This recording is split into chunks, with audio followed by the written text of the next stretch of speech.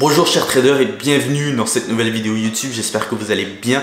Aujourd'hui nous allons voir ensemble donc les 3 news selon moi qui sont les plus importantes à comprendre sur le marché donc du Forex. Et je vais vous expliquer donc ces 3 news là, les impacts qu'elles ont donc directement sur le marché. Donc, selon moi, si vous êtes trader sur le marché du Forex, il est super important de comprendre donc ces datas là d'un point de vue fondamental, puisqu'elle va nous indiquer si la monnaie en tant que telle a pris de la valeur à la sortie de ces datas là ou si elle a perdu de la valeur. Et une fois qu'on comprend justement la data qui vient de sortir, l'impact qu'elle a, les chiffres qui sont sortis, on peut donc savoir si la monnaie en tant que telle prend de la valeur, et par la suite pour notre analyse technique, on aura déjà dans notre tête d'un point de vue fondamental, on saura s'il faut acheter une devise par rapport à une autre. Donc c'est pourquoi il faut tout simplement être capable de comprendre la sortie de ces datas là pour pouvoir l'implémenter par la suite avec notre analyse technique, pour qu'on ait donc plus de probabilité de donc gagner notre trade.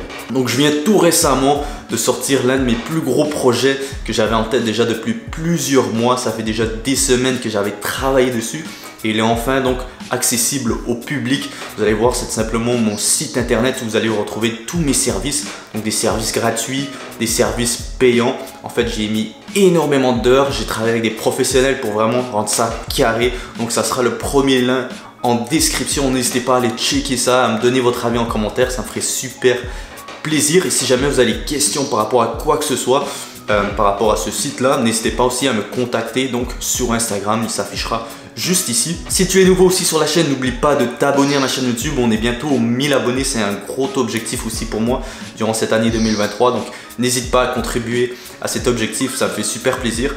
Et surtout à liker la vidéo si elle te plaît. Donc la première news qu'on va voir ensemble, qui est selon moi vraiment la plus importante, et je te le dis vraiment au début de cette vidéo, prends le temps de prendre aussi un petit papier, un petit crayon et de rester vraiment jusqu'au bout de cette vidéo, parce que je vais donner beaucoup d'informations. Donc c'est important que tu les notes, que tu ne regardes pas juste la vidéo, mais que tu prennes des informations par rapport à ce que je vais te dire dans cette vidéo, puisqu'il y aura beaucoup d'infos et vraiment ça peut t'aider donc dans le futur à comprendre ces news là fondamentales. Donc comme je disais, la news la plus importante, c'est vraiment la décision des taux d'intérêt d'une banque centrale.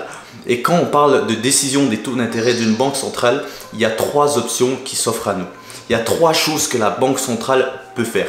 Elle peut décider de 1, de rehausser ses taux, 2, de baisser ses taux, ou 3, de ne rien faire. Donc débutons avec le scénario numéro 1, qui est tout simplement si la banque centrale décide de tout simplement baisser ses taux d'intérêt, qu'est-ce qui va se passer donc par rapport à l'économie. Donc débutons par le scénario numéro 1, qui est tout simplement qu'est-ce qui arriverait si la banque centrale décidait de baisser ses taux.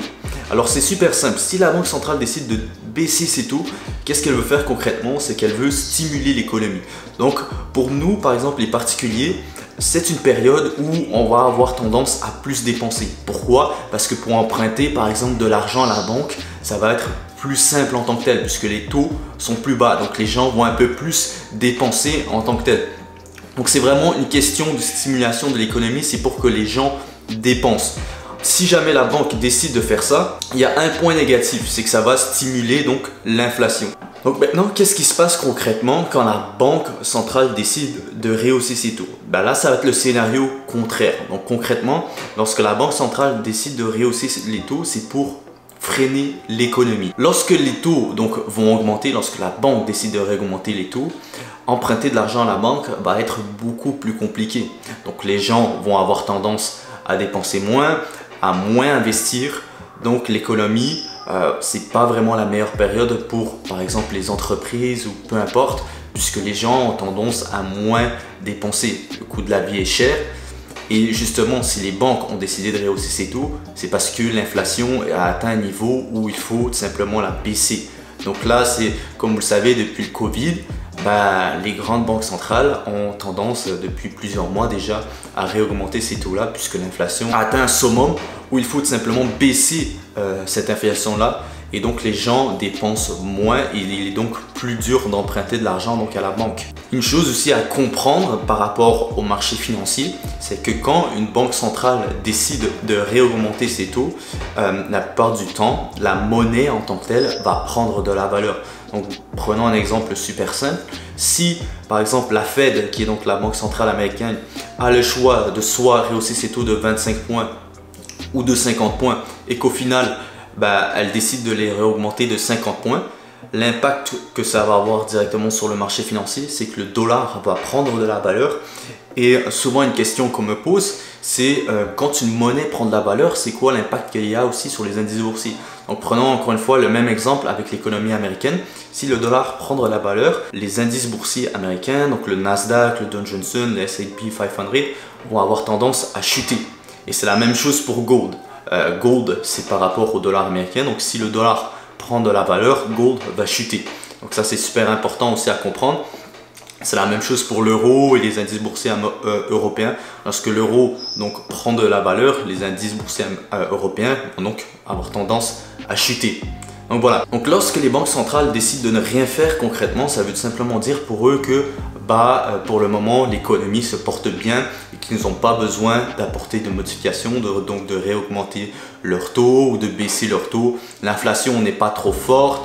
L'économie se porte plutôt bien, donc il n'y a pas grand chose à faire, il n'y a pas besoin de faire un changement simplement par rapport au taux qu'il y a actuellement. Donc super simple. Donc vraiment prenez le temps encore une fois de bien noter ce que je viens de vous dire, les 3 scénarios possibles, l'impact que ça simplement sur les marchés boursiers. Et puis maintenant on va passer au point numéro 2. Donc la deuxième news fondamentale qu'on va regarder ensemble, c'est simplement les datas du CPI. Généralement la sortie de ces datas là se fait entre le 10 et le 16 du mois, donc vers le milieu du mois. Concrètement cette data là c'est simplement les données par rapport à l'inflation. C'est aussi donc les données principaux que les banques centrales vont simplement regarder pour décider plus tard donc de leur décision des taux d'intérêt. Donc c'est vraiment une news qui est super importante et qui a un impact majeur sur simplement le marché financier. Donc qu'est-ce que ça veut dire concrètement? Sur investing.com, le site que je vous recommande simplement pour votre calendrier économique ou pour lire des articles par rapport au fondamental, vous allez avoir ce jour-là, lorsque la news va sortir, une data. Donc une data, soit le chiffre sera plus élevé que ce qui était prévu, ou soit le chiffre sera plus bas que ce qui était prévu. Concrètement, si on démarre avec le scénario numéro 1 et que le chiffre qui sort simplement est plus élevé que ce qui était prévu, ça veut tout simplement dire que l'inflation durant le mois précédent a été plus fort que prévu. Donc qu'est-ce que ça veut dire concrètement? Généralement la monnaie va par la suite elle va monter et ça veut simplement donner aussi un indicateur aux banques centrales que voilà, il y a des fortes chances qu'à la prochaine réunion la banque centrale décide de réaugmenter ses taux. Pourquoi? Parce que l'inflation a été encore plus forte que ce qui était prévu normalement. Maintenant, si c'est le scénario contraire, c'est-à-dire que si jamais les chiffres qui sortent sont plus bas que prévu, ça veut concrètement dire que voilà, l'inflation a baissé durant le mois dernier. Donc les banques centrales vont plutôt bien l'aborder et vont se dire ok, l'inflation a baissé le dernier mois, donc il y a plus de chances par la suite lors de la prochaine réunion que la banque centrale décide de baisser leur taux. Encore une fois, si les données qui sortent sont plus bas que prévu, généralement ce que ça va faire, c'est que donc la monnaie en tant que telle va perdre de la valeur et les indices vont monter tout simplement. Donc maintenant, la dernière data qui est selon moi super importante aussi à comprendre, ce sont les chiffres de l'emploi. Les chiffres de l'emploi, c'est à chaque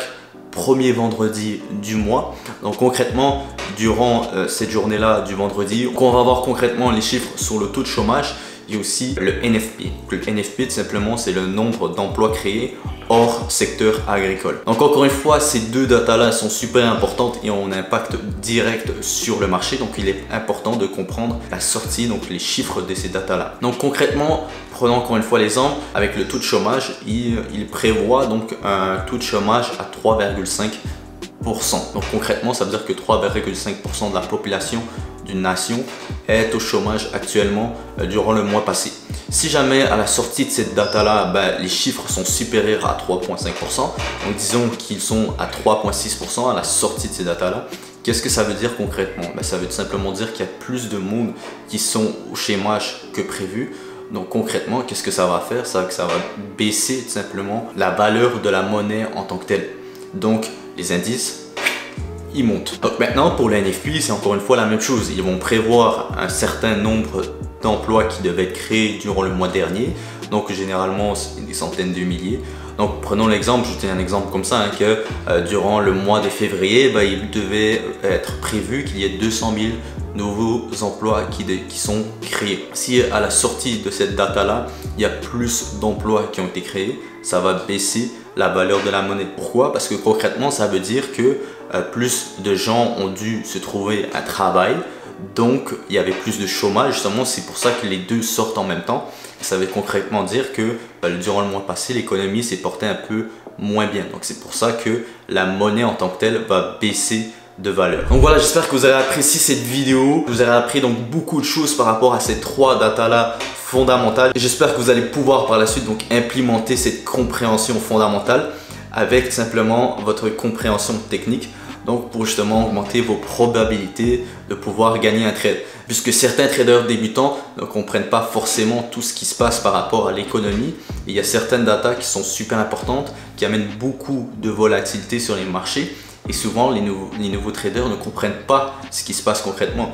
Mais ce qui fait bouger donc les marchés, surtout du forex, des devises, c'est simplement les datas, donc les news, c'est simplement ces datas-là qui sortent donc à chaque mois. Ça peut être aussi des événements économiques, comme par exemple la semaine passée par rapport donc aux crises bancaires, où là encore une fois ça a amené énormément de volatilité aussi, beaucoup d'indécision, beaucoup de panique. Donc il faut être alerte justement à tout ce qui se passe par rapport à l'économie si on veut avoir une compréhension globale de ce qui se passe sur les marchés financiers. C'est pas juste l'aspect technique, il faut comprendre aussi tout ce qu'il y a derrière, donc l'aspect fondamental. Et lorsque vous comprenez un petit peu plus ce qui se passe avec l'économie, vous pouvez implémenter simplement avec votre analyse technique, avec la partie technique. Vous avez une compréhension de la monnaie en tant que telle, vous savez si vous devez l'acheter ou si vous devez la vendre. Et par la suite, vraiment l'aspect technique vous sert uniquement à savoir où sont vos points d'entrée concrètement. Donc voilà, je vous dis à très bientôt pour une prochaine vidéo. C'était Henri. Ciao.